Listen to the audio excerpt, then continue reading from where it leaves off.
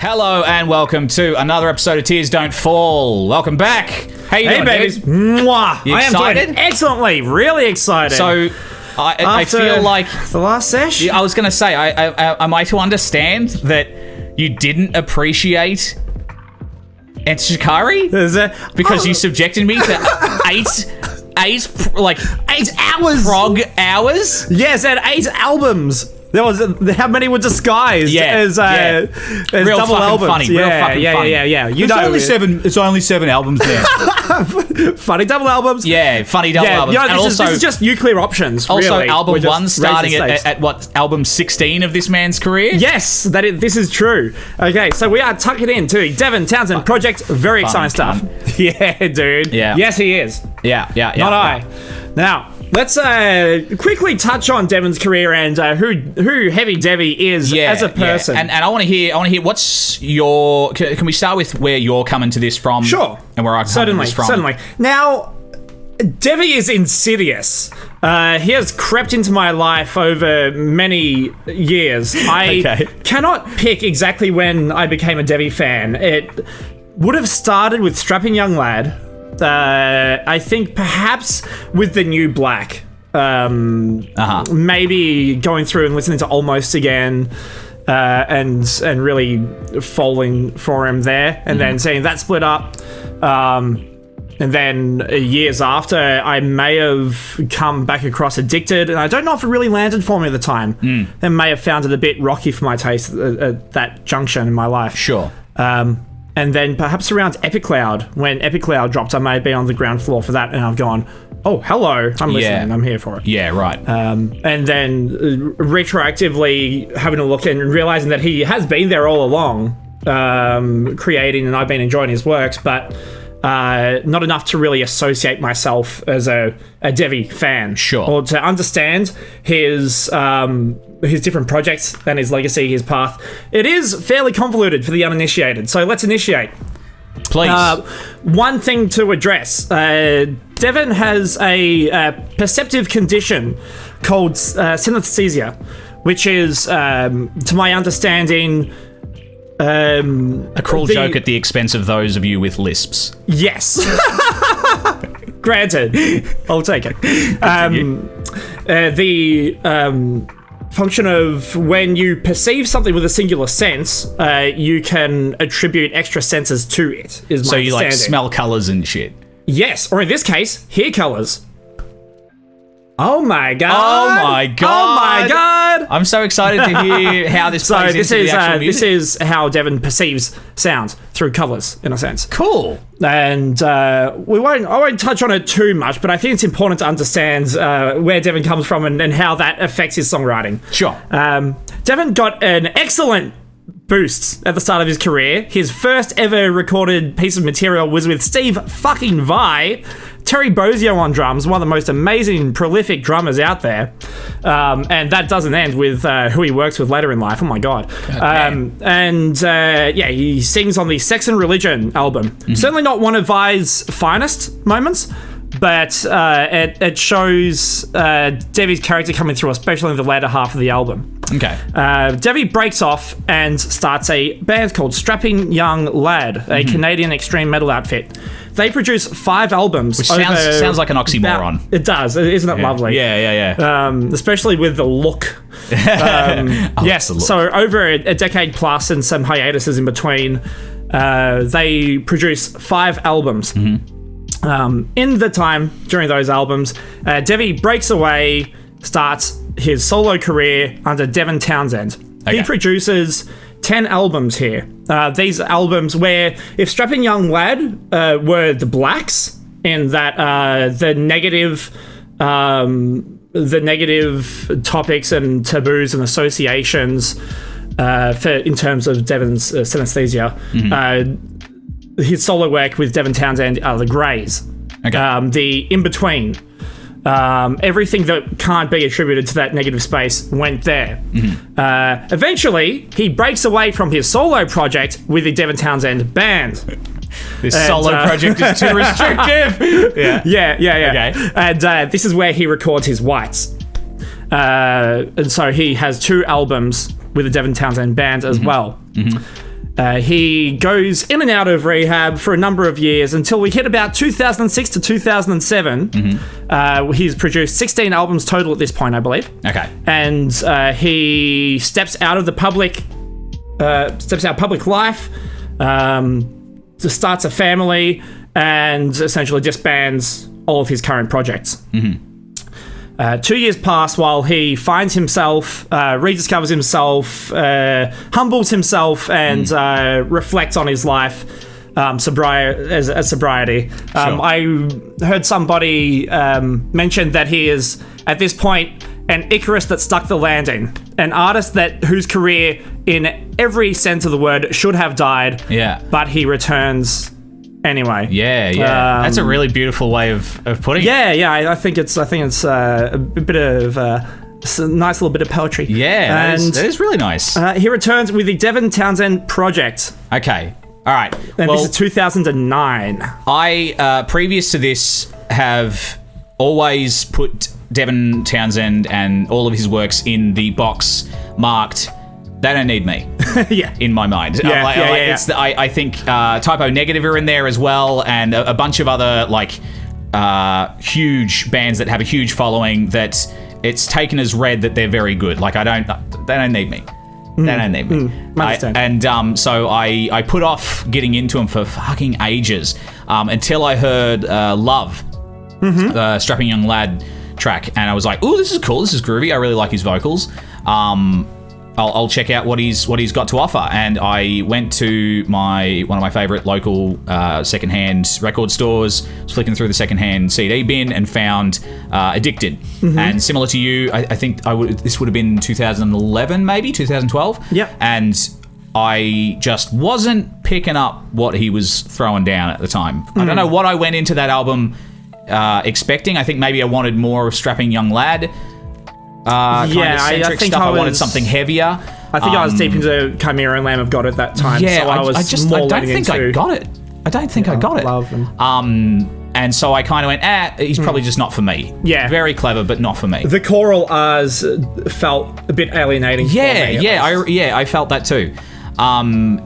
Years on, I've heard bits and pieces that I've quite liked. I didn't even remember this until I was listening to these albums, but I've got his Ziltoid Live at Albert Hall DVD, which I've only watched once through just for the sheer spectacle of it. Again, same record store. They had it in the second-hand bin, and I was like, fuck it, why not? And I was like... Devy just comes past every now and then and just... and I was like, this is fucking baffling. But, I see the appeal, but, yeah, just didn't fully get into it.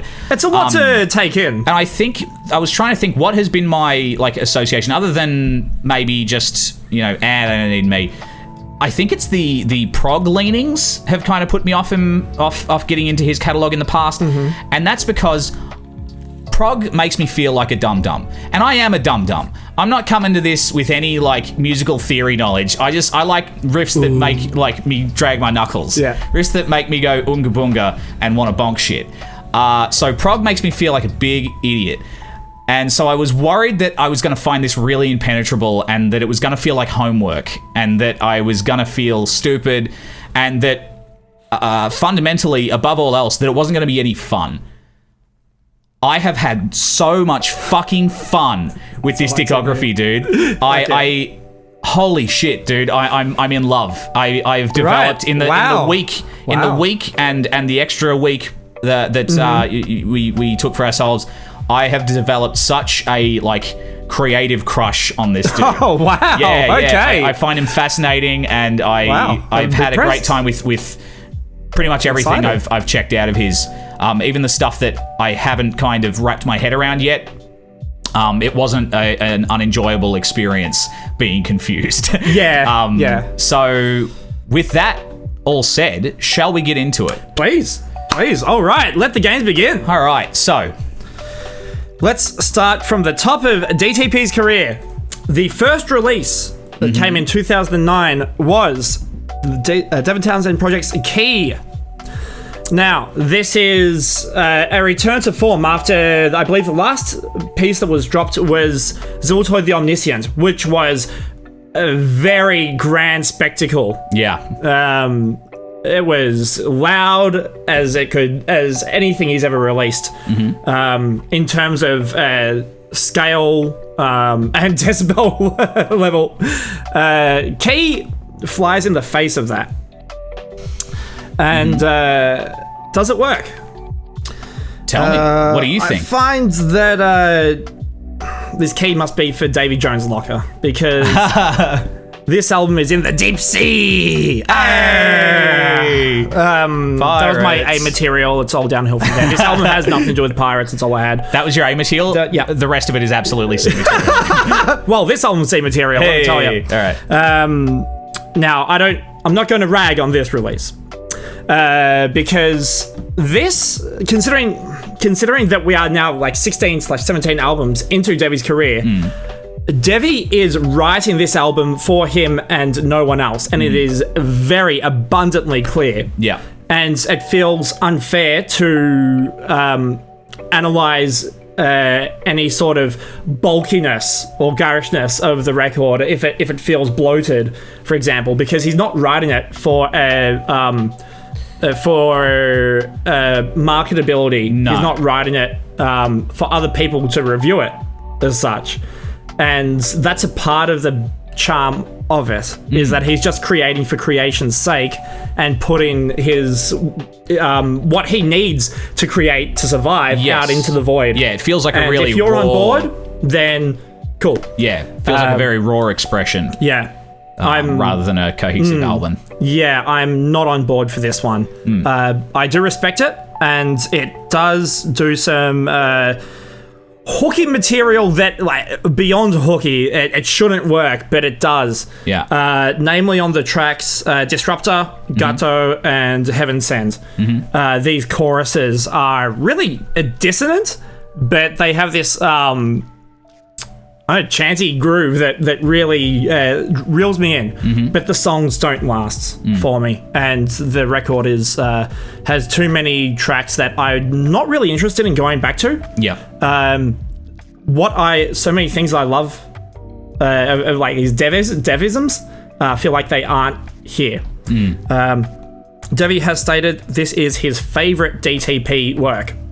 Really? Yeah. As of when? After it came out? As of, well, last when I sourced this was from 2016, so that was pretty much the end of DTP's career. Wow. Okay. Just a few more sort of notes on this, I guess. Yeah, go. The arrangement is where Zilto is so overblown. This is very, very insular and minimalist. All the instruments feel like they're not complementing each other, rather they are trying to cancel each other out. Largely due to how syncopated everything is. So much of the groove comes from the entirety of the instrumentation playing some sort of choppy but not too complex groove, and it is a very, very simple. It might be that there's a lot of lyrical depth I'm missing here, but I'm not really keen on revisiting this beyond a basic listen. Yep. How about you, Gons? D for damn Devy, you're putting me to sleep. This wasn't, this kind of, like you, it felt like this album wasn't for me. It feels like a really raw expression of where he was at that time, and I can totally respect that. And I didn't have a bad time listening to this album. It's just that I had a much better time listening to everything that came after. Sure. I would much sooner revisit anything that came after this. Having said that, I do like the kind of weird, almost spoken word qualities that I think Disruptor has and Gatto has. It has this... I feel like you played some of the... Is it Tom Waits who has that kind of weird, like, husky... Yes, certainly is. Vocal. It sounds like a bourbon bottle full of gravel. Yes, Yeah. and I really like that quality in this. It reminds me of the early nu metal stuff that I was listening to. I think if I discovered this album when I was getting into Korn and stuff, honestly, I think I would have really fucking dug it. Sure. But for where I'm at now, what I'm looking for, and again, what comes after this... It's D tier. Yeah. In terms of my personal enjoyment, I feel like I have to preface this with again, I didn't have a bad time listening to any of these albums. So my ranking is purely based on how much fun I had with the albums at time of recording. I think I'll probably eventually make my way back around to every one of these albums, and who knows, they could pivot. But time of recording, this is my position on Key. Cool. Chat, what do you reckon? I want to see what people are saying says on Key as well. Let's have a look. Let's see. Definitely a grower. Mm-hmm. Breeze, how you doing? Welcome to chat. Glad you did something different though. I'm based. I'm absolutely based on this front. In relation to what I was saying about prog metal, Heath says, what you described as Dream Theater, not Devy. Yeah. This is Devin is self-aware enough to not treat music as sport. That's something I really appreciate about his whole shtick. The cut of his jib. Yeah. Although he certainly does get into that realm, but we'll discuss it when it comes. Sure. Fun fact: Key, no compression on that album at all. Right. Wow. Right. Matt also says Key is resident sleeper until the final song, IMO. I really the problem with this album too is no matter how many times I try to listen to it, I'm kind of on board for the first 2 or 3 songs, and then I'm just like, Even the hooks are fairly samey. They feel like they they sort of go through similar motions. Which is this just constant syncopated shifting one note per bar in increasing dissonance, which is very cool. Playing with pushing dissonance to its upper limit in such a confined space is really sick. And it's pretty unique in that sense. It's very un-McDonald's. Matt also says Devin also doesn't know much about theory, as far as I know. He once told an orchestra to play the fifth fret. Fifth fret, sorry. Yeah. Well, hey, man after my own heart, or my own brain, rather. Yeah, so this is where his synesthesia comes into play. He speaks through colour. I'm sure that makes it hard to communicate. Really hard to communicate with people. I bet he's told an orchestra to play the brown note. Yeah. Please. Yeah. He's definitely told them to play pink before in green and orange, and they've just gone, what? I can't work with this! Mr. Townsend, please. All right. Shall we move on? Yeah, let's. All right. So, second album. Oh, Connor, what are you oohing at? You ooh-wooing? I'm sweating here, dude. Oh, my dude. Sweating. Go. Okay. This is either really good or really bad, but I feel like knowing Connor's fall to the floor predisposition, I feel like it's going to be pretty good. Addicted is S for fucking souped up, dude. Yeah, brother. It is a hard fucking S. Now, this is a really, really interesting album. I feel that Devy never really returns to anything like this in his career, and he doesn't need to, and I'm glad that he doesn't, but I also wish that he did, because I just want more of it. Addicted is a real gateway album, but it's the sort of album that I'm happy to just hover in the gate for. Often with gateway albums, I'll be like, okay, cool. Like get into the music and then use it to advance to other material in the catalog. Sure. I've been keeping this gate for years, man, and I'm not about to change. This album is an emotional chameleon for me.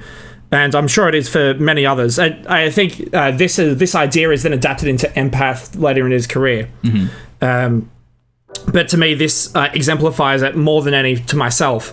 If I'm feeling like dancing, this album's going to make me dance. If I'm feeling happy, this album's going to reciprocate that and feedback. It's going to take those emotions and amplify them. It's just an amplifier. It has the capacity to really resonate with a good mood or a poor mood. If I'm feeling melancholy, angry, frustrated, sad, vexed, anything. This album fucking has it, and it reciprocates. It feels like it gets you, and it sends it right back. I don't know how it covers so many moods and emotions with straight banger fuel. It's not like this album does anything particularly experimental or dangerous through its play length. It's pretty consistent in that it's just like pretty straight beaty material. But it all fucking lands. It's with other albums, I'd say an album full of bangers is not an album, it's a series of singles. I don't know what happens here, man. That goes out the window. That theory's gone. Well, no, it's an exception to the rule. It's an exception to the rule. It is. It's quite remarkable. It's like the mirror of Irized in riff format, like riff of requirement. The more Harry Potter is it. Yeah. It's like I feel asked for something from this album, and it can feed it back to me. It's just the every color, sure. Perhaps more with the synesthesia and the cover. I'm not sure of what it's representative of, but it feels like it colors whatever I need. Yeah, man, I picked this album up. I don't know what I was looking for at the time. I don't know what... I didn't see my own reflection in that, the mirror of Irized right there, dude, because it wasn't landing for whatever reason. When I came back to it this time, it was love at first listen, dude. This is S for scrumptious, dude. Because this album is as yummy as the fucking crayons on the cover look, dude. Look at those yummy fucking crayons. God, no. All right, I'll stop. Not 45 minutes before 4. Oh, okay. God. Oh, dude, it's 46 minutes long. It's fucking bangs, but it's also dramatic and beautiful, and it has a sense of poignancy to it. Super Crush is huge and gorgeous. That chorus is wonderful. ER is again like just it makes my fucking heart sing, dude. We've got my partner and I have ER booked out for our wedding song. Yeah, it's like this album's going on, my dude. Yeah, that's dude. so cute. Yeah. Man, oh fuck, I'm gonna cry, cut. No, I just came on. Yeah, it's really fucking good, man. I've absolutely fallen in love with this album, and yeah, I haven't been able to stop spinning it. The only downside about this album is it is so good that as I was going through, or it reached me so effectively that as I was going through the rest of his discography, this album was thus beans, dude. I couldn't stop thinking about it. And I honestly, between listens of his other albums, I would come back to this because it's 45 minutes. It takes up none of my time. It's a pleasure. It's a pleasure to revisit, and it's rewarding to revisit. I feel like I pick something new up every time I hit it. I hit it again. Mm-hmm. I have a new favorite every time I listen to it, and that's wonderful. And it again has that sense of fun and that kind of tongue-in-cheek quality to it, without veering into like alienating territory. It feels accessible, but not at the expense of depth. To the songwriting, the production, anything about it. I fucking love this album. This album is crack. Yeah, absolutely. It's to address the dynamic range as well is quite remarkable. To adjust from a wall of sound to more minimal material, like ER, with such fluidity, and it doesn't feel out of place on the mix. It's pretty remarkable, and this is a real testament to Devy's mixing capability, and the way he lays as well. Yeah, his layering approach is to keep everything really quiet in the mix and just layer it to fucking day dot. Just build up hundreds of layers if you must. And this album really encapsulates that, and is a great signpost for where he is to go as well. Yeah, absolutely. And I would say too, like, this is essentially it feels like a pop album more or less. Yeah, it's paced in a way that feels really satisfying. It moves in a way that it starts off with Addicted, that feels like a kind of mission statement for the album. The two single slots, you would call them, Universe and a Ball and Bend It Like Bender, are fucking awesome. And then Super Crush comes in and has this kind of drudging quality to it, but leads into this beautiful, expansive chorus. And then Awake has this wonderful sense of finality to it that, again, it ends on a note that makes me go, I'm hitting play again. Nice. Fucking, fucking beautiful. Awesome. I love this album. The re-recording of Hyperdrive for this is great as well. Either like having your cake and eating it too, with you can go back to Ziltoid's version or this, is a wonderful addition. Totally. It's very welcomed. Let's have a look at what chat thinks. Yeah. Matt says, "Oh wow, S tier, interesting. Uh-oh. I think Addicted is the first album with Aneki on it too, Yes, which she kills it on. absolutely. Yeah, absolutely. And let's sing praises to Aneki. Oh my god, the like this relationship intermingling that of those builds voices is fucking gorgeous. I'm very, very glad that she's become such a part of the family. Yeah. And appears on almost every, if not every, record. Matt says her version of Hyperdrive is goated. Absolutely. All right, Riz says Luke said the same thing about Enter Shikari last time, and that was bad. But when Dev does it, it's good. This fucking guy. So I think this does feel like. No, I want to scratch this for a second, because this does feel like last week when we were talking about Enter Shikari mixing so many different sounds and influences and and you said that, you know, and in the case of, I think it was Common Dread, you're like, it doesn't work here, but it can work. Yes. I feel like this was your answer to... This is why I presented Devin Townsend Project on that exact here's comment. how it can work. Yeah, this is why I brought it. Yeah, and I felt honestly like... This is what happens when you pay attention to sound this design. album, as much as I love it, I mean, maybe it's like a slightly masochistic thing for me as well. Who knows? I'm discovering myself here. I'm a Devin Townsend fan as of fucking 2 weeks ago. I'm so sorry this happened to you. This album felt like you just rubbing my nose in Ed Shikari's mess. I'm still... Not their later material. Their later material is fine, but like their early material. Yeah. Which, if I haven't mentioned, since I didn't mention on Ed Shikari, just a footnote. Yeah, go. When they do perform their earlier stuff live, they have adjusted for sound design. They have... the songs do seem more future-proof than I did give credit for. So it definitely catered to my sensibilities far more live. Good one. But that's in the past now. Abby chucks a love heart. Oh, you fucking cuties. Album is crack. Harmy says A tier for me. Luke is A tier for him. Devin has said now that he writes every song with a female vocalist in mind now. Oh, that's awesome. Cool. Harmy never been able to get into Enter Shikari. It's a bit of a last episode. Maybe you love them or hate them. Maybe you'll find new reasons to hate them or love them. Love them. Yeah, I definitely found some new appreciation. All right, shall we stop sucking this album off and suck the next one off? Yay! All right. Okay, we are up to Deconstruction, the third album in this tetralogy. So, tetralogy. How many is that? Huh? How many is tetralogy? Tetralogy is 4. Okay. So something that was not mentioned previously. The first 4 albums of the Devin Townsend Project were pre-planned to all be different genres and to be different aspects of either Devin's creative personality or sides of him. Yeah, I heard that. Different colors each. So Deconstruction was released as a double album alongside the next one, Ghost, titled Calm and the Storm. So firstly, we will address Deconstruction, which is the storm. And oh my fucking god, it's a storm. Jesus Christ. Fucking A. Damn right. It's a lot. It's a lot. So this is Strapping Young Lad. If they were metal on bath salts, this album is bath salts on Strapping Young Lad.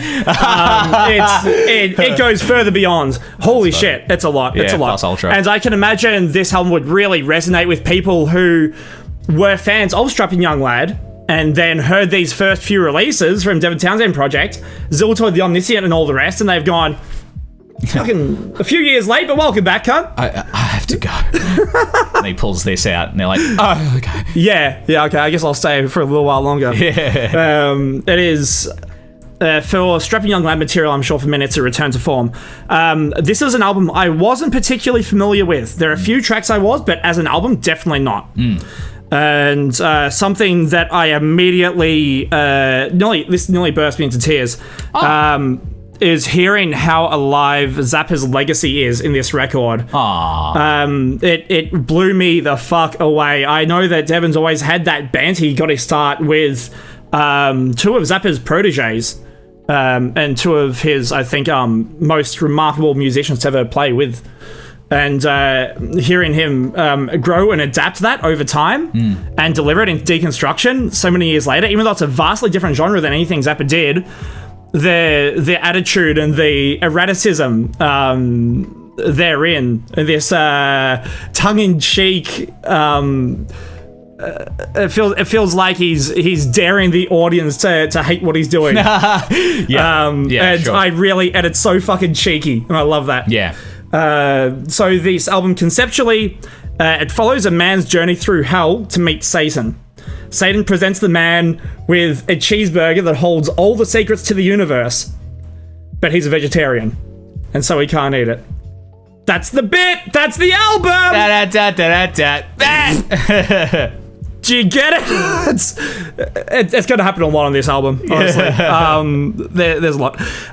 So, as an album flow, I may be losing points here, but I think it's a pretty weak start. But maybe as I listen to the album more, I'll enjoy it. And I'm sort of future-proofing an A here because there is a lot that I'm on the fence about on this album, but I think I'm going to come to love it. Yeah, sure. So I could have put it in a B, but I thought no, I'll dare to A it. Okay. Once I want to bring up the track listing for this because fuck, it's wild. Yeah, sure.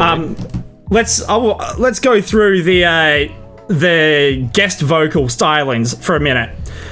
This album features Michael Ackerfeld, Ishan, Tommy Rogers, Joe Duplantier, Paul Masvidal, Greg Puciato, Floor Jensen, and the late great Dave Brockie. That is a fucking tremendous star-studded list. Yeah, like I'm talking Opeth, Emperor, Between the Buried and Me, Gajira, Cynic, Dillinger Escape Plan, Nightwish, fucking Gua, and the lead guitarist from Meshuggah, Fred, to top it off. That you don't see groupings like that very often, and if you do, it's usually in power metal, and it's because, well, you know, we're going to be incestuous in our own genre. This is quite daring. That's pretty fucking amazing, and the songs feel so catered to the particular artists as well. Jula feels like so it's perfect for Emperor. Absolutely. Sumeria feels perfect for Gajira. Holy shit. It's just like a 5-minute whale cock in your face. It's insane. Where this album would otherwise tread into really, really pretentious material, it's clear that Devin's just having fun with it. Is really self-aware. Yeah. Like the 16-minute prog epic is called The Mighty Masturbator. He's very aware of what he's doing. He's daring you to call it pretentious for it. Yeah. Because he's taking it like that. Any pretentious power metal, prog metal fans would look at this and go, "Wow, how juvenile." And that's the fun of it. Yeah. I really enjoy that. Yeah, sure. Where's the sit for you, Cons? I agree with everything you've just said.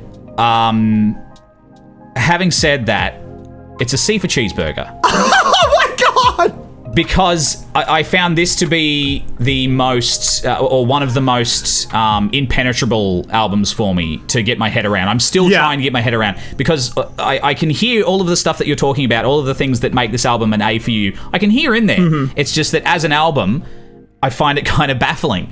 I think the flow of the album, it's the album flow is wild. It's Planet of the Apes really like chucked a spanner in the works. For the flow. Man. Like because I'm really on board for the first 3 tracks. I like Praise the Lord. It starts off kind of weird, and I feel as though the artwork isn't really delivered upon musically until Jula. Yeah. And that's where the album fucking comes online for me in a huge way. It takes about really 15 fucking minutes like it. to kick in. Yeah. And I fucking love Jula. Like that. Very disarming. The fucking like in this like goofy Danny Elfman death metal strapping young lad track. Yeah. So fucking cool. But then Planet of the Apes comes along and it kind of meanders for 10 minutes. What's wild on Planet of the Apes, they've played this track at a bunch of festivals in the past. Yeah. And it's like a bit, they hold the audience captive deliberately. And they'll get about 2 minutes into it and they go, "Hey, guess what, everyone? We're only 2 minutes into this 11-minute fucking song." And every few minutes really he comes back to the mic and is like, "Guess what? There's still 7 minutes left. Fuck you. We're not stopping." And that's really funny. And I appreciate that. And I feel like it does that in the album flow as well. Yeah, totally, it's like, totally. It just so fucking rudely sits at track 4. And that's the reason that I I again like everything that you have said about this album, and I feel as though this could absolutely pivot to a B, could end up being an A for me eventually. Yeah. But at time of recording, I found this album kind of impenetrable. But for reasons that I like. Yeah, like in theory, I really like that it has this kind of, he has this like Canadian Looney Tunes meets South Park kind of thing going for him here, with like the fucking like spraying shit sound effects in the middle of the is it in the middle of the Mighty Masturbator where it's just like, and the start of Deconstruction. It's fucking wonderful, and I laugh so hard every single time. But I'm like, does this a good album make? Yeah, is it like just because you could just make you should? Yeah. But I think he's absolutely like you said, daring people to go like, this is fucking stupid. It's like, that's the point. I feel like he should have renamed this project Brapping Young Lad. Thanks, guys. Stay tuned. We'll catch you next week. See you later, ladies and gentlemen. No, I placed this at a C just because, again, at the moment it's kind of impenetrable for me. Yeah. But I was listening to it again today just to see if I could justify rolling it up one rung, and compared to the stuff that I've got in B tier that I'm happy with in B tier. At the moment, that's winning me over in a different way. So this stays at a C at this point. But fuck me dead if it's not unique. You know, I can understand how it absolutely wouldn't be someone's taste. And the sheer spectacle of it. Yeah, Christ Almighty. I love it in theory. In practice, it's leaving me wanting a little bit. But I am excited to try and understand it. Yeah. All right, what does chat say? Let's have a look here. I believe Deconstruction is meant to be a parody of shred guitarists while also showing critics that he could shred with the best of them. Well, it does what it says on the box in that case. Matt says, what? Praise the Lowered is honestly one of the best songs on the album. Certainly not for me at this stage. I really like how it starts and how it evolves. It's very disarming, but it still remains a real journey, and not one I really look forward to. I feel like it's the most uninteresting part of the album. Okay. At this point in time. I like it. But it's still an A. I might almost be overselling this. It's just it's taken me by such surprise that I don't know what to do with this. I think it's going to be one that I think in the foreseeable future, it's going to be one that I come back to. It's definitely one I'll come back to. Just to remind myself of how fucking wacky Devin Townsend can be. Because this is him on fucking bath salts, like you said. Jewel Bang, says Luke. Says, forgot Brocky knew Devy. Pretty sure he's on the strapping songs. He's on Far Beyond Metal as the Maggot Master, says Heath. Sick. Awesome. Yeah, Jewel Bangs, absolutely. Danny Elfman is also seemingly a fan. That's wonderful. Matt. He released a single recently that is super Devy. That's incredible. Wow. I'd love to hear that later. That's so cool. Yeah. Luke says stop in relation to the Brapping Young Lad, and ban Luke immediately for this take. And that would be for Praise the Lowered. I understand. All right. Well, shall we move on? Yes. We've only touched on. Let's check the calm. Yeah, this is the calm of the storm. Now, we've only touched on 12 hours of this release day. Devin dropped a second album on this same day, Ghost. And it is the antithesis of all that Deconstruction is. Yeah. Where Deconstruction farts, Ghost shit. What? Excuse me? Have you got that the wrong way around? Nah, dude, because I can't. Analogy. I'm sorry. I need to understand this. We're because you can't slap a fart because this shit slaps. I'm putting this at a high B, a very high B. B, are you fucking high? Very high B. I could very feasibly swap Deconstruction and Ghost around at a moment's notice. Wow. They're definitely the two releases that have taken me the most by surprise, not only on the material that's presented, but also how much I love them. Ghost I've known about for a while, and I would put it on if I wanted to sleep, and it would be the ultimate passive listen. And I would not have listened to this album anymore if it wasn't by Devy, knowing the contents that they're in. That being said, knowing that it is Devy gives the Deconstruction and Ghost dynamic. It feels like an allegory to Opeth's Deliverance and Damnation, where I might not naturally listen to the content of Ghost if it wasn't for the unique Devy flavor that's inside and the beautiful 5/4 passages that creep throughout the album and all the tones they used. They're so soothing. This is on a rotation every few days currently. This is my soundtrack to Walking the Dog, and it calms me the fuck down and helps me just reflect on the world, reflect in myself, and it's my meditation music. It is so beautiful, and I cannot believe how much of a passive listen has turned into an active listen. Worst part of getting to know this album is that I can no longer sleep to it, because whenever this album comes on, I turn on and I'm actively listening and I cannot sleep to it anymore, and that sucks. But it's I'm shocked at how much I'm enjoying this. I did not expect to resonate with this at all. Yeah. And it's it's another beat. I can't say much more than that.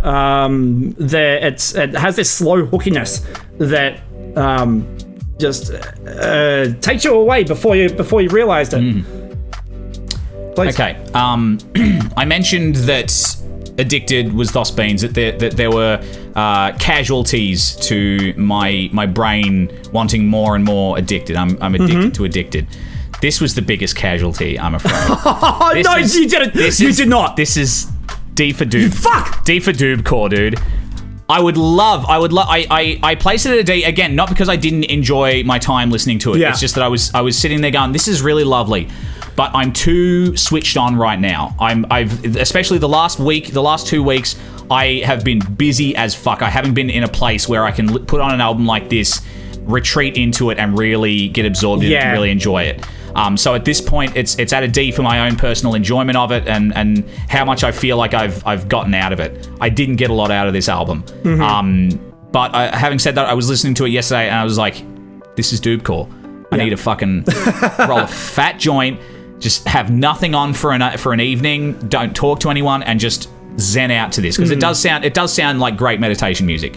Honestly. Well, I've never really played with any music of that's so the flute or like pan flute oriented. I don't know if it's pan flute, but that woodwind centric music I've never dabbled with before, and this has given me a real appreciation for it. So yeah, and I think that's another thing too, is this isn't the sort of music that I would ever seek out. I think you mentioned the Deliverance Damnation kind of allegory. I will listen to the softer stuff that Opeth brings, because I would be more likely to listen to that independently of it being Opeth. This I really wouldn't seek this out if it weren't Devy, and if it weren't for this segment, to be honest. Yeah, that's fair. I likely wouldn't have either. I would have remained a passive listen when I just looking for some background music. Look, I'm glad to hear that you got more out of it this time, and that there really is something here worth digging into. I was very surprised. In your opinion, yeah. It's going to encourage me to come back to it with a more open mind and stuff, and I'll get around to it. It's just, again, at time of recording, it's I'm writing it off as Doobcore. Yeah, I think there's definitely it's very easy to write off this record as the very, very obvious gimmick that is this paired with Deconstruction. And I wholeheartly a gimmick it is, in my opinion. But still, it doesn't make it any less impressive. And I don't think it makes it like gimmick by definition, or no. I don't. It doesn't devalue. No, and I don't think it makes it any less sincere. It does sound beautiful, and I love that he's capable of producing both sounds. Again, that is kind of what's made me kind of fall in love with the dude as a creative, because it's just so fucking impressive and genuine and heartfelt. Whatever he's producing, it feels like it's him, which is really sweet. To me, this lands differently from Key, although they can be similar in that they are deliberately as chill as possible to juxtapose their opposite metal or wall of sound album. But this feels like it's built to be a little more marketable than Sure. Keep. Maybe it's just me. It could just be my sensibilities. In all honesty. No, I think there seems to be a concerted effort to make something that has a greater sense of flow and an evenness to it. Key felt very uneven. All right, let's have a look at chat. Matt says Ghost is G for goated. Luke says exactly 100% high B. Couldn't sum it up any better, Luke. And also says pitchforks out for my take. Oh god. Oh yeah. Take on empath. You're lucky it ain't coming because that is Devin Townsend solo. Still waiting for his take on empath. Fair enough. Ghost really shows how much Devin likes yoga. Core, dude. Yeah, and woodwork. This is for yogis. Yeah. I don't know any Devy songs that is an aesthetically nice album cover though. It is a fucking gorgeous album cover. I think I was hoping for a bit more synth and a little less pan flute. Yeah, honestly. there's a lot of pan flute. There's a lot of pan flute. That's quite shrill. And we mentioned South Park earlier. Shrill. I think South Park ruined pan flute bands for me. I can't hear pan flutes without thinking of fucking hand without pirate guinea pigs. Yeah. Anyway, I agree. Definitely something I wouldn't seek out if it wasn't Devy, and yet I love it more than a lot of Devin Townsend Project releases, Matt says. That's awesome. Luke says, same with Opeth. I honestly prefer their lighter stuff by far. Luke says, Matt says, Ghost is a breath of fresh air. Deconstruction is an angry exhale. Deconstruction is an angry fart, dude. It's a spiteful after grog bog. Oh no, soupy. Yeah, soupy poops. Having said that, shall we move on? We shall. That's enough. Boom. Devin was doing enough for us. Yeah. All right. I'm sorry. I just feel like this is the one band that we're justified in making fart analogies with. Yeah. I'm gonna. You gotta lead into it. I'm gonna ring it for all it's worth. Nice. All right. Now, chat. Epicloud or Epicloud? I've been calling Place it your bets. Epicloud. Epicloud? Yeah. And that way you cover both bases, yeah? Exactly. Best of both worlds, baby. Wow. This is where you go, oh my god, he's so smart. It works on numerous levels. Epicloud, I think, is likely the largest contributor to YouTube metal reactions of the last few years, for Kingdom at least, and probably the biggest gateway album into Devin's catalogue. This to me is where the wall of sound is established, and now that the tetralogy is over, I don't know if Devin planned to do this sound going forward or if he just made what he felt at the time and then went eureka. But this is clearly the anchor point to the rest of DTP's career. A for anchor point. This is a damn fine album. I fully expected to be going in with a hard swinging S for Epicloud. But it has so much going for it. Effervescent and True North as an opener is wonderful. Lucky Animals, one of the greatest video clips of all time, truly. And an absolute bop. It feels synonymous with Bend It Like Bender or Vampira from Devin Townsend Band. It has that really happy-go-lucky, throw caution to the wind and write some rock that we enjoy, you know. Radio single, but still feels like it can play with the big boys of metal, you know. It's a funny one. I cannot sing Grace's praises hard enough and high enough. Wow, wonderful. I don't have a great deal to say negatively about this album, apart from it doesn't. I like all the tracks on it, but it wasn't actually. I guess it's a little safer than I expected, compared to, say, Addicted. If I was to consume an album in its entirety, I'd rather go to Addicted than Epicloud. Even though I love Epicloud more individual songs. Nothing wrong with the flow. No, I can't S this one. Yeah, sure. It's hard to put into words. Yeah. It feels right with Deconstruction as the wall of sound's bright equivalent to its darkness. Sure. That's about all I've got on this one, dude. Like when it gets to the albums, I really, well, I just go, I just love them. Yeah. I can't. I find it hard to really justify my position on this. Yeah. Where have you got it? A for angelic. Oh, okay. Angelic, dude. Nice. The fucking choir's in this shit. Huge. I think Kingdom was the first track I heard off this album, and it was it did really function as a gateway into his stuff. After I'd kind of gone, nah, not for me, because it really fucking grabs you and just like.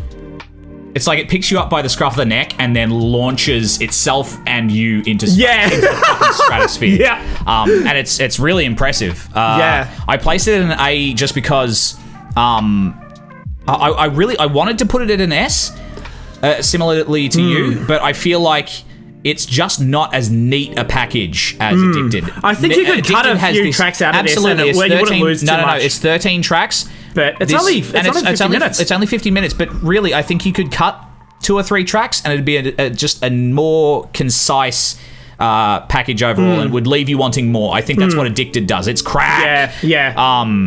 This, I kind of feel like once I get to the end of it, I'm like, cool, I'm done with that for now. Yeah.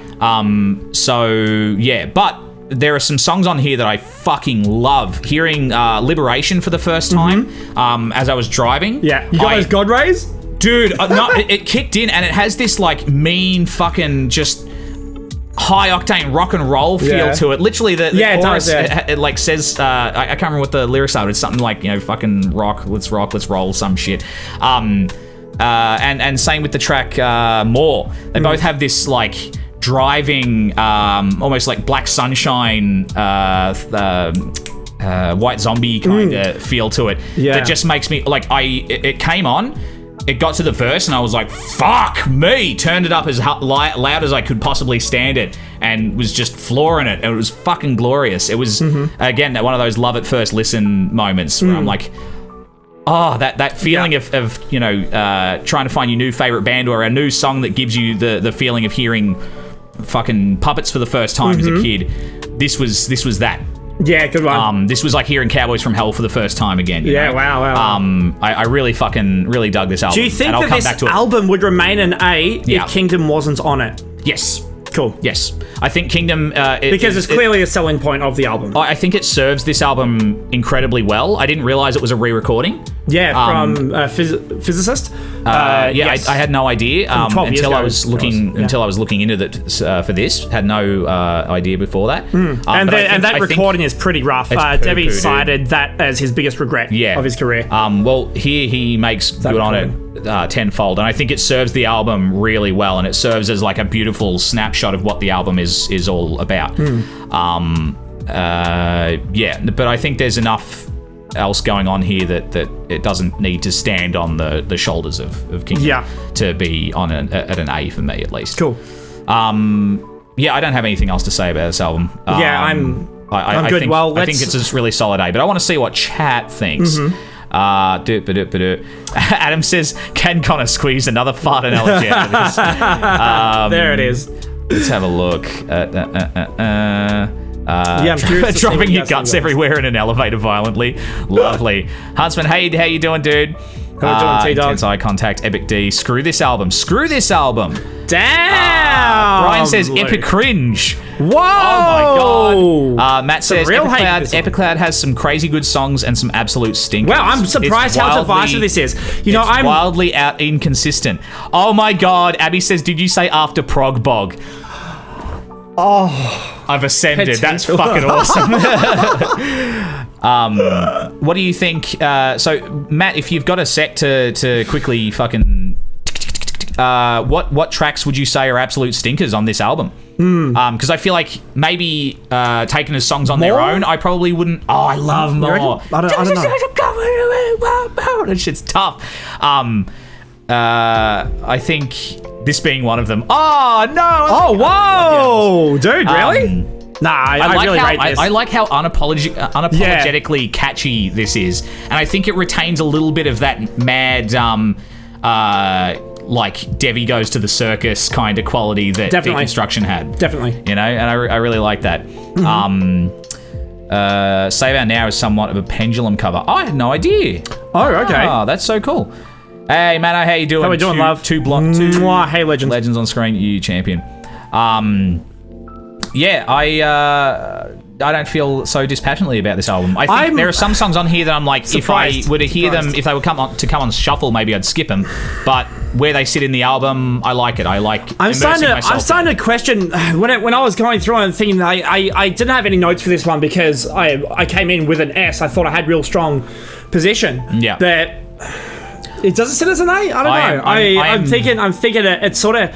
I feel like I've just shown my ass on my reasoning for liking this album. Lucky Animals more and Liberation are more miss than hit. And those are three of my favorite tracks from the album.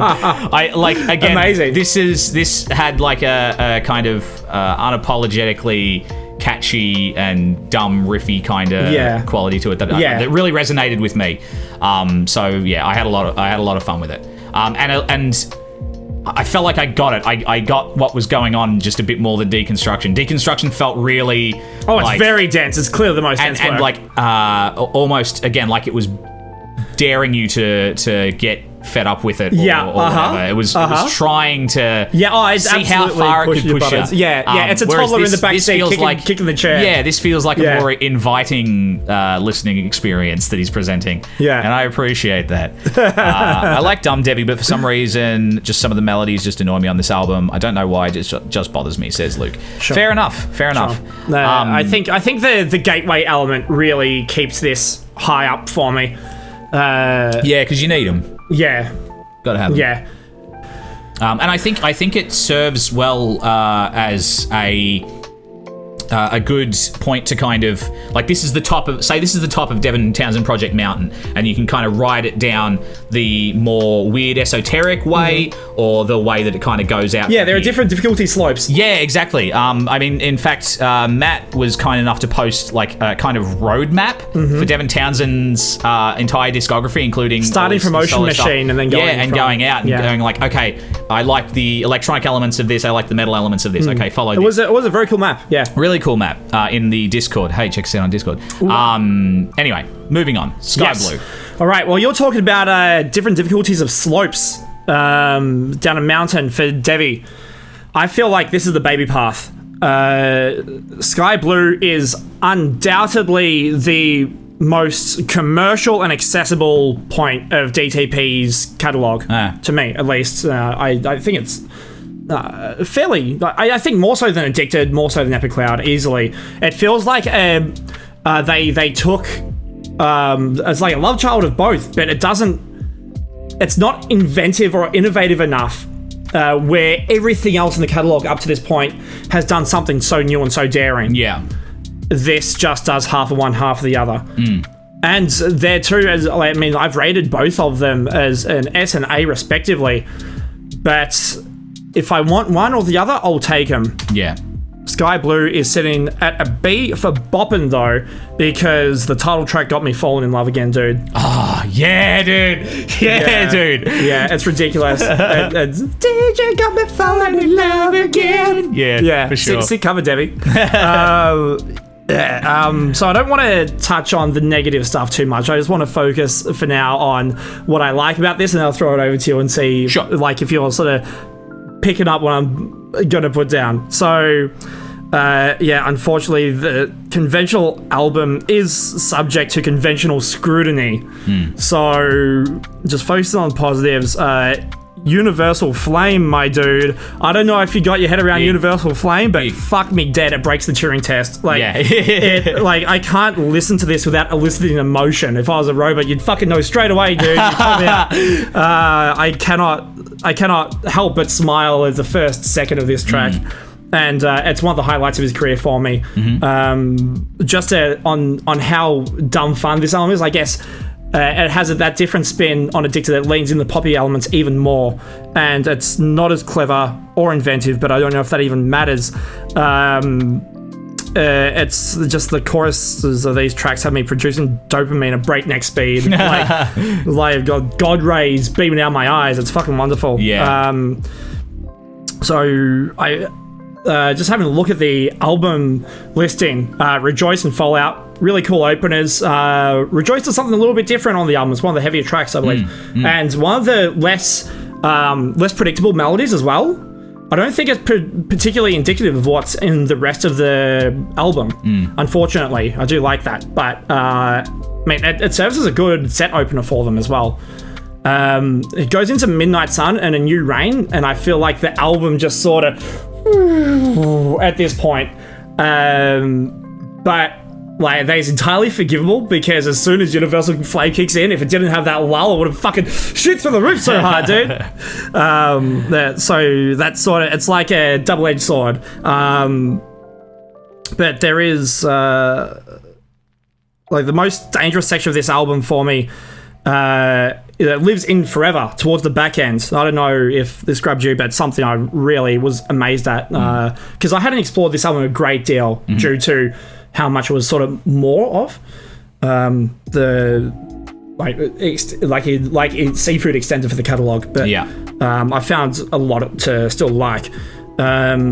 In this section in Forever, it's just this wall of washed out synth and low fidelity tortured screaming, and it's this dissonance that isn't really there on the rest of the album, and it really stands out. But it's so fucking cool because suspends the listener perfectly before it resolves with the Before We Die, the final, the final track. And it's just this album has such a lust for life that it just makes me really happy listening to it. That's really nice. So as much as this album could be Seaford Extended, it's still a B for me. Where you sitting? I also chuck it at a B. Okay. I feel kind of similarly. I feel like Rejoice starts things off on what I would assume is the right foot, but then it doesn't feel indicative of the rest of the album. And then it feels like it's not until Sky Blue, the 7th track, that the album kind of comes online for me and like really takes shape, and then from then on I'm on board for the rest of the album. The tracks 7 through to 12 of this record I really fucking like, and it takes me on a journey that I really enjoy, that I don't find particularly it's not as memorable as Epicloud or Addicted. The tracks are very similar, and not only similar to each other, but to other existing tracks. I think that it's more of those two albums, but not really excelling at anything. I don't know. It's kind of it really is a middle of the road album. It's kind of meandering at the start. Really, like Fallout through to Universal Flame is kind of forgettable. I find it really hard to pick out any like discernible hooks, which is a shame because I think Sky Blue and Universal Flame and Silent Militia have got really fucking discernible hooks, but it takes it until I mean track 5 is Universal Flame, and I think Warrior is another kind of dip, and then Sky Blue fucking DJ's got me falling in love again, dude. I feel a little dirty picking on A New Rain and Warrior. I think they're tributes to Devy's late cat. Or I know there are a few tracks in here, and I think it might be those. I'm not certain what it is. It might be Forever. I'm not hanging shit on them. I'm just like, I will say, it doesn't do much for the album. I rate the back half of this album so much that it kept me coming back to this album. So I think I'll find myself enjoying the rest of the album eventually. But again, time of recording, I'd say this is a bit of a middling release. I just feel there's a bit of, because I feel far more comfortable saying this because it is, I feel like it's built for a more commercial release. That there is too much fat on this record. Some of it needs to be cut, and even if it's just Before We Die, like there's 5 minutes at the end of this album that doesn't need to be there. Honestly, I know it's the end of the album, so it doesn't have as much impact, but. Rain City can come down. Midnight Sun or A New Rain can fuck off. I was listening to Rain City. You can probably clean 15 minutes off this record. It's almost an hour long. It doesn't need to be that long for how samey it is. I think similarly to Epicloud, but probably in much more dire need of it. It could take the hedge clippers to it. And I've got a few ideas how this could have happened. Devy releases 3 albums within 6 months here. He releases Casualties of Cool as a solo artist outside of the Devin Townsend Project, which he puts a lot of his heart and soul into. It's one of his favourite records, Right. And it's a fan favourite as well. It's one he toured on or wants to tour on even more extensively. And I think this album came at that cost. It's sandwiched between 2 really, really like labors of love and high effort projects in Ziltoid 2 and Casualties of Cool. And it shows that there wasn't. It kind of felt feels like an the album time of- crunch. It was so apparent here. It almost feels like an album of B-sides. Yeah, and yeah, I mean, it's still potentially. it's like if Which is if nice, another but- band was to put this out as their own as a standalone release, you'd go, hey, fucking good for you. But it's Devy. Well, I think it should have been its own standalone release. It has this this very marketable sound, but it's tied into a double album with the other half of the album advertised on its cover. Yeah, it's really strange. It You feels you like wouldn't even know this was here if No, you weren't I- an actual fan of Devy, and it's meant to be acting as feelers to grab new fans. Yeah, and It's I got in strange. touch with you last week being like, hey, how are we ranking this? Are we ranking it as Z2 or Z squared or whatever? Or Yeah. are we ranking them as 2 separate albums? Because I feel like if we rank it as one album, that's going to bring it down for me. Like, Yeah. I'm going to judge it more harshly than if I take them as 2 separate albums. Because in the case of it being one album, it feels like you spend the first hour of this album waiting for the main event, which is Ziltoid. Yeah, bonus features. And then by the time Ziltoid comes on, you're kind of already a bit fatigued. Ziltoid is the DVD commentary, my dude. Yeah. So let's get into Dark Matter, shall we? Well, hang on. I want to see what You wanna- yeah, we'll people's hit up. thoughts Yeah, on yeah, this were totally. really quick. Back on Epicloud, Matt said this was my very first Devy album, so it definitely does work as an entrance point. Yeah, cool. nice.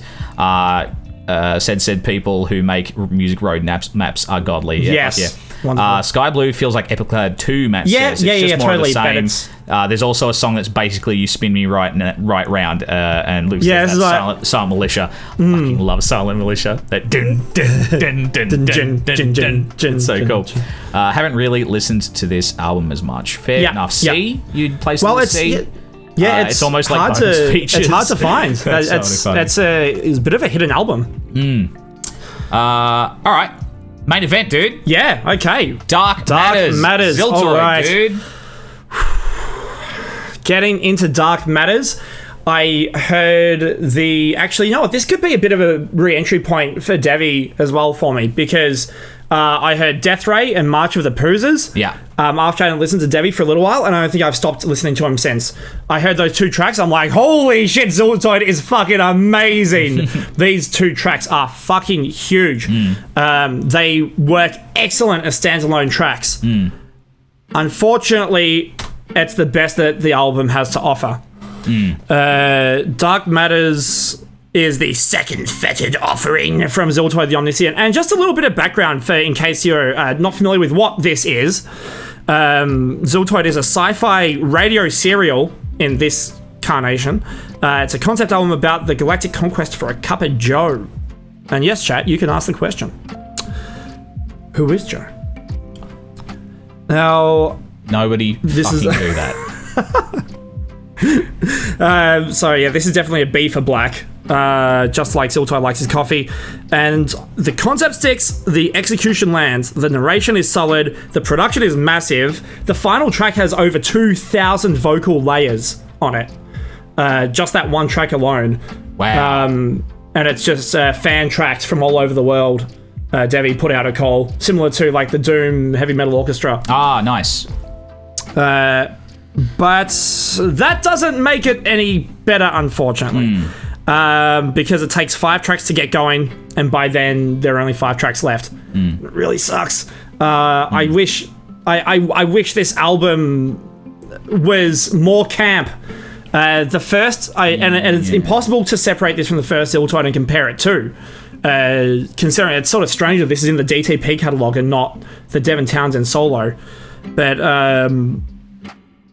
yeah, just the album doesn't rise past those singles. It's Would you? I just wish the rest of the album didn't take itself so seriously, because it feels a little at odds with the very ridiculous nature of the dialogue. I guess there could be a juxtaposition that can be argued, but I just want it to be goofy, and it's not as goofy as I like. Right, okay. Look, I also place this at a B, but I feel like it doesn't take itself so seriously. I feel like the juxtaposition is there for me. I love the narration. Matt was saying in Discord earlier this week that apparently there's a version of this that doesn't have the voiceover, the narration, and the radio play kind of quality to it, which seems baffling. Like that I feel like this album hinges on that. That's what makes this album work at all. I think it does as well. It would be a really kind of baffling and unrewarding listen, I think. That's my favorite aspect of it as well. There's very much a love letter to Douglas Adams and the radio serials of yesteryear. You know? And I think I modern take. I feel quite warmly about this album because again I have the DVD of the live performance of this, and kind of listening to this album with that in mind, and like the sheer scope of like the puppets and the performances and Captain Spectacular coming out and stuff. And Chris Jericho, really cool. Yeah, so much fun. And so I love that for what a labour of love this is, and for what a passion project it is. Oh, it is incredible. It's just, and I only have Ziltoid 1, and I feel like it does it better. I haven't listened to Ziltoid 1. Yeah. So I would be curious to listen to it and see which one I prefer, because I was gonna place this at an S. Wow! Just for the fact that it attempts something garish, so garish, but so something I so want to work. Yeah, it is. I really want this to work as well. I really like. I'm not a massive fan of like musicals. I don't go out and see a fucking shit ton of musical theatre, but there are a handful of musicals that I really fucking love, and I've always wanted to hear some sort of big bombastic heavy metal musical like this done really well. Yeah. And so I was going to give it an S for that, just for being the thing that I want it to be. But then listening to it, I was like, does this, outside of this being a Devin Townsend project, like, would this be a particularly good heavy metal musical? And I think I would liken it kind of to that Repo the Genetic Opera movie. Yeah. Did you ever see that? I haven't seen it. Yeah, stinky. Fucking stinky. But I remember all of my friends in high school going like, it's a heavy metal musical. And I was so excited just to have one of those that I looked it up and I was like, and I watched it and I was like, but this is shit. The songs are shit. This is fucking garbage. And the songs on this aren't shit, but they kind of meander and don't go really anywhere. And the dialogue being sung is a little bit cheeseball. Like it's the sort of thing I feel like it can be done better than this. This is the best thing we've got in terms of like a heavy metal musical album. Yeah, and I think the performance is spectacular. I think it's absolutely worth existing just to have that live representation of it. That justifies its existence for me completely. And again, nearly made me put it as an S. But I think as an album on its own, I think it kind of sits alongside Sky Blue in terms of my rankings, at least. Yeah, I was surprised to put this next to Sky Blue. I thought that they would be vastly different albums in ranking. So did I. But it's a template for greatness. Yeah. Dark Matters is almost there. It's almost there. I just feel like it really grapples with its identity on whether it's on what it wants to be. And whether it wants to be overblown and cheesy, or if it, which it is in its narrative, but it's certainly overblown, but the think you could confuse it for being a little too sincere if it wasn't the narrative. Yeah, fair enough. Yeah, I can absolutely see the narrative not existing in this being like, yo, what the fuck is this? Anyway, let's have a look at chat. I want to see this. Dark Matters would have been really good, really good album if it wasn't drawn down by the narrative structure, says Matt. Has some great ideas and some killer riffs. Without the narration, the pacing is fucked. Oh, I bet. Yeah, I can only imagine. Makes sense. It would be really confusing. But I think that's fair as well. Like it doesn't feel like it's meant to be consumed that way. Maybe it shouldn't have. I feel like it was released as a bit of a novelty. Like, the narration is clearly a core part of what makes this album viable. Yeah, absolutely. If he had written it with more of a song structure in mind, I think it would be a highlight. Kind of needs to listen to Arian. Oh, yeah. If he wants metal musicals. Yeah, true. I might be a little too proggy, like prog power for you. Sure. Luke says, Repo, lol, that brings me back. What a film/musical. It's the reason I forgot, being the songs aren't great. Nice. And I just real quick on that. Yeah. I remember people being like, dude, this movie has like 40 fucking songs in it. Yeah, it's 40 really fucking shit forgettable songs. It's a quantity over quality thing, I think. No substitute for. Sed says, I like the serious/weirdness of the first Ziltoid. I'd have totally missed how Ziltoid was a metaphor for younger Devy had I not looked into the lyrics. Right. Genius on first listen. But that more serious side just made me appreciate it more. Fair enough. Sometimes something I really do enjoy. Devy's dreads are still on the Ziltoid puppet to this day. Oh, like his actual his that's dreads. So fucking his actual funny, dreads dude. are on the Ziltoid puppet. Oh, that's so cute. Yeah. Matt says, if this album wasn't Devy, it would be a D. Yeah, maybe. Ooh, I don't know. And Sid says, I have a hunch turning Ziltoid from a metaphor into an actual character may have interfered with the vibe. Yeah. Like it's a manifest of, wow, I was an addict cunt. I don't know how you'd smoothly transition that into a goofy character. Look, yeah. I like when I'm listening to this album, I feel like I'm listening to it with the image of that puppet on stage being like, yes! Kind of has me... at like with a really biased perspective, like it's fucking hilarious. Yeah. It's I find it also charming. Yeah, it is, and I just wish that I'm trying to separate this album from the rest of its media. With the media, it could easily be like the full package. I think could easily be an S. Yeah, but I'm trying to say no. We're reviewing a discography here. Yes. And that means the disc, not the live editions. Yeah. That come with. Yes. I think the music has to have legs. That's the best way to put ultimately, before any of the frills are added. Rid says, is it fair to say that just because it's a certain artist, the album goes up? Yes. Yes, I'm gonna say yes. Why would you say yes? Ghost. If Ghost wasn't by Devy, I think I wouldn't have given it the time to. Sure. And also knowing that creation influences or is created by that person and hold that influence. If you're already married and have a bias towards a certain creator, I think that's fair. But this isn't something I've greatly explored.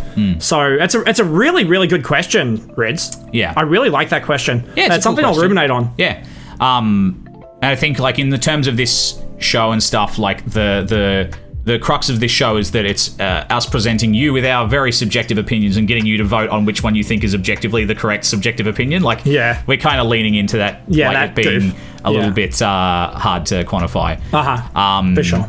Anyway, shall we move on? Yeah, it's like where the points don't matter, you know. Yeah, exactly. Except they absolutely do. In the case of Enter Shikari, they fucking do. Real quick, Crystal, says, mind you, I can't really comment. I haven't heard Z2. I just know I'm too attached to the first Ziltoid. Fair enough. So just the first Ziltoid, Ziltoid has such a god complex at the start, and is a omni-dimensional being, and if may spoil some plot, ultimately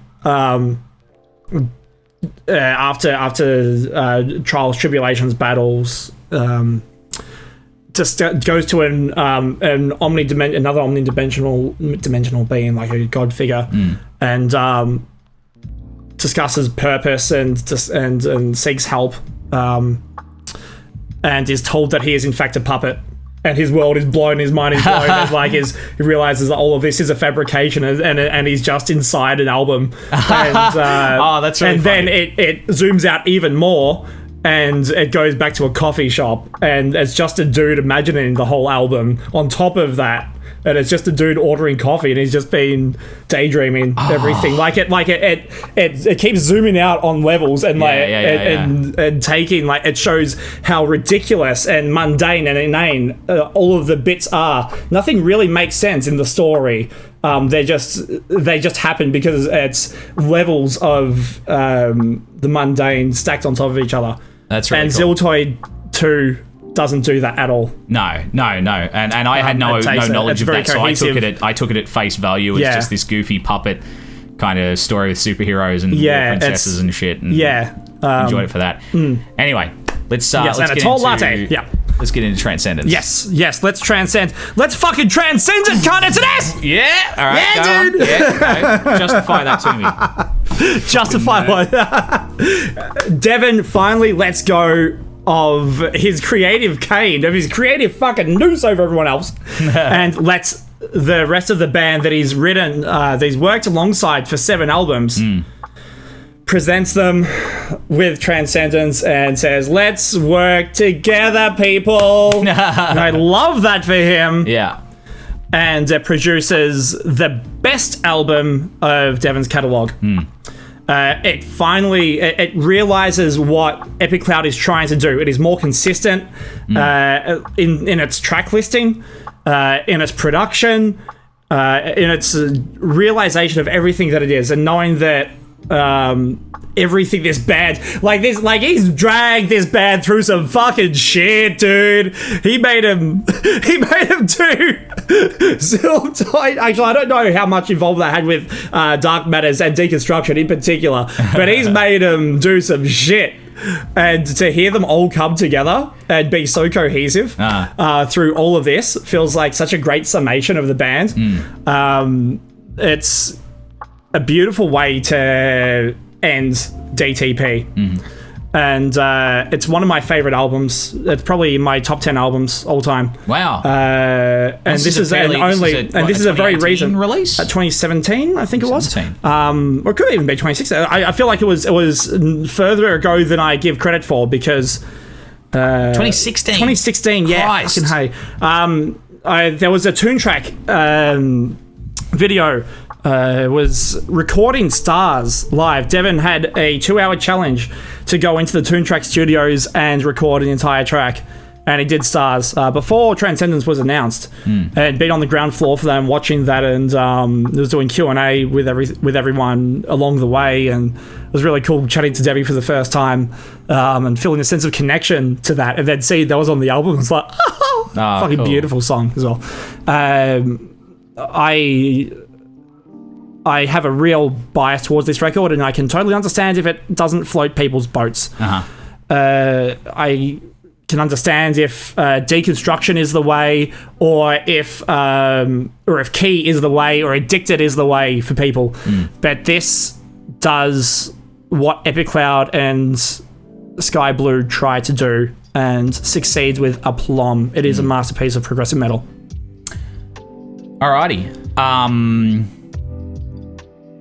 Okay, so this is the last. And I am so, may I say, I am fucking terrified to show my hand here and put this at an S, because there is every chance that you'll think this is poo-poo, or that anyone else in chat's fucking silent. So there's a very they're like silence. Yeah, they're going. Yeah. I was. This is definitely my scariest ranking. I didn't know how much I love this album. Okay, this is the last album in the DTP catalog. It is. Fine. Like he's put a. This is the. Please don't do it. Please don't do it. S for so long. Oh my god! So long, and thanks for all the riff, Debbie. It's fucking excellent, dude. It feels like the most mature and fully realized release of his, and it feels like there's a great amount of like self-actualization going on this album. Really, the title says it all. It lives up to its lofty title and artwork. I feel like there's a really contemplative. I'm so happy. Oh my god, I can't believe, like a sense of introspection on this album that really demands your attention. And it rewards it as well. I am actually shocked. I was listening to this album. Well, the first time I listened to this, I was like, I'm not giving this there's more to this album than I'm giving it credit for. I was listening to it at the gym, and I was it was a passive kind of listen, and I was like, this isn't how this album's meant to be consumed. And sure enough, yesterday I sat and just looked out my window at the green of the trees and the blue of the sky and immersed myself in this record and fell in fucking love, dude. Wow, really fucking. Yeah. Oh my god, dude. Aww. Yeah, dude. Aww.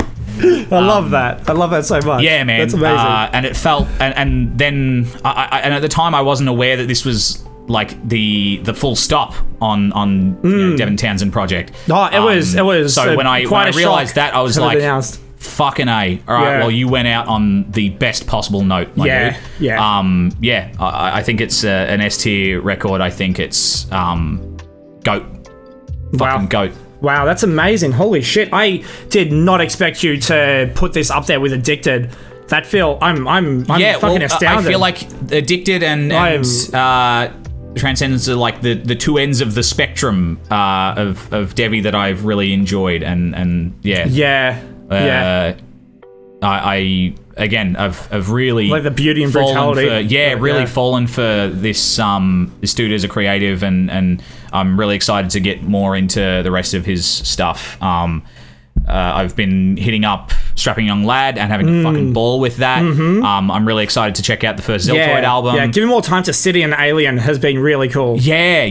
I'm just thrilled to have been shown a new artist that is like quickly become a new favorite, or someone easily I'm one of my excited favorites. I've never really talked to you about Devin or played him around you either. No, because well, again, I never I thought didn't it was, think it would be your cup of tea. No, I didn't think it would be my cup of Joe, so to speak. But here we are, and I'm thrilled to have been proven. I'm so thrilled to have been proven wrong. Fuck yeah! And I'm excited to see. Again, I think we talked a bit about this last week while we were playing video games and stuff, but we'll probably revisit some of these lists towards the end of the year and go, would we change any of these? I'm excited to see how my ranking changes for this, especially.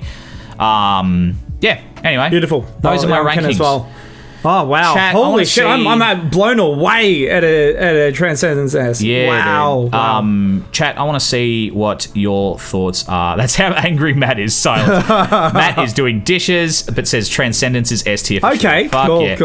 Luke, Harmy, I see a colon / there. Yeah, what does that indicate? I want to know your thoughts. Real tea. Spill it. In the meantime, let's get that poll open and see who fucking wins here, dude. Chat, did my Knuckle Dragger's Safari notes entice you? Or did Luke's sincerity win you over? How we do for time? As always, we ran into the 90 minutes. Lovely. We can't help ourselves. No. And frankly, I don't care. Let's go for a Storm Bending's amazing. 5-minute vote and start that poll. Chat, thank you so much for sticking around with us throughout this segment. Keen to get your thoughts. Keen to see who wins this one. Yeah. And on the back of this, we will be doing, as per the audience vote, our first community drawn. Yes. Tears Don't Fall will be Dragon Force. Yes. So we'll be heading through the fire and the flames and the burning and the fire and the flames and the fire and the ice and the and the ice and the forever and the frozen and the forever. Through the eyes. It's gonna be something. We get to explore about 10 words 10,000 times. I cannot wait. Yeah. I am keen to revisit certain albums, less keen to revisit others. I don't want to show my hands too much. Sure. But I will say that Ultra Beatdown, I remember being pretty ultra shit down, so I'm not looking forward to that too much. That was their fourth record? Yes, that was after Inhuman Rampage. That was the last record with Zippy Fart. Yeah. Good, we get to make more fart puns next week. Yes! Oh, fuck yeah. Nothing gets me going like fart puns. Let's have a look here. Luke says, Devin Townsend Project is my least favourite of his material. Prefer his solo stuff. Yep. I'm really excited to check out his solo stuff. Yeah. Because it's interesting getting people's favorites and stuff, because he has such. I mean, like you said, you can get so many different flavors of who Devin is. And and I mean, like we said earlier, by the time Key came out, it was 16 albums? Did you say? Yeah. I think it was 16 or 17 for that. Something ridiculous like that. Like 15, 10. I've got so much to delve into, and 8 and 2. I feel like there's enough there that everybody can have their different favorites. There doesn't seem to be a universally agreed upon bowl. For Devin. Nell says, I'm amused by Connor's picks. There you go. Makes an E. I'm easily amused. Thor, you're welcome. I'm glad I'm amusing. Send it. Plug it in. Don't forget Devin with Vi. Ooh, yes.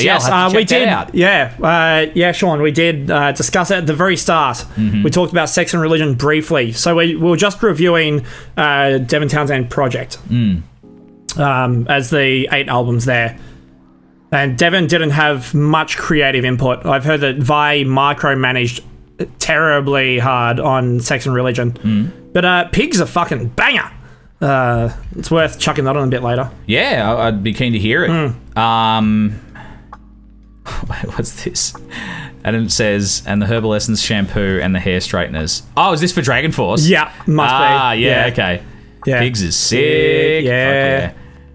All right, let's have a look. Let's check in on that poll. Ooh, so far Luke is in the lead by 1. All right. Get those votes through, Get those votes in, chat. And you know what? Don't let me win. No, Don't let me win on my home turf. Get those funny votes in. You know? Uh-huh. Throw the poke fun. I look like the cunt. Surely that's got to count for something. Right? Yeah. Well, I was wondering if you would have any bias or spite on that behalf of people calling you Devin without you really knowing him or something like that. No, not at all. Because because I never got the Devin comparison. I always get called Phil Anselmo. Good stuff. Walk on home, boy. Oh my god, that is something I fucking love in I think it's in Awake. Yeah. At the last track on Addicted. Yeah. Because he leads into, or it's like in like mid verse, he goes into a fucking walk on home, boy. Yeah. It's fucking awesome. Yeah, he chucks boy and man in every single track. Like Deconstruction is boy man core, dude. Yeah, for sure. Absolutely. I feel like the kind of Trey Parker, Matt Stone comparison, the South Parkisms really shine on some of his material, and it fucking beams out of his live shtick. Of what I've looked up. Like we were talking before off mic about this, but in the background for the opening tonight, we had a bit of their performance from Download 2006. Strapping Young Lad. And he opens that set with, what's he say? Like, stick this up your cunt or something like that? Ladies and gentlemen, stick this in your fucking cunt. Yeah. And then straight into a blast beat to open the set. Yeah, with the fucking... It's fucking awesome. Yeah. Whereas now he's just constantly apologising for being Canadian. The duality of man. I think I said this too last week, but I quickly grew to really like the cut of his jib in terms of how he presents himself and not having such a serious take on himself, to the point where the re-release of Heavy is a really heavy thing, the first track on that album, the studio put it out as like, hey, it's genre-defining... re-release of a genre-defining classic, and Devin was like, that's record label bullshit. It's got two good tracks max. I think that's really cool. All right, well, the votes are in, and Luke takes it. Oh, shit. Well done. All right. 57% of the vote, so I was just with a grin. Snuck it through. No, that's fair enough. I think you absolutely approached this with, a much greater understanding of the material. Only naturally. He's one of my favourite artists. Which I may not have stated before, but he is definitely one of my greatest motivators and influences. Yeah, sure. You could have easily just been like, I just like it, man.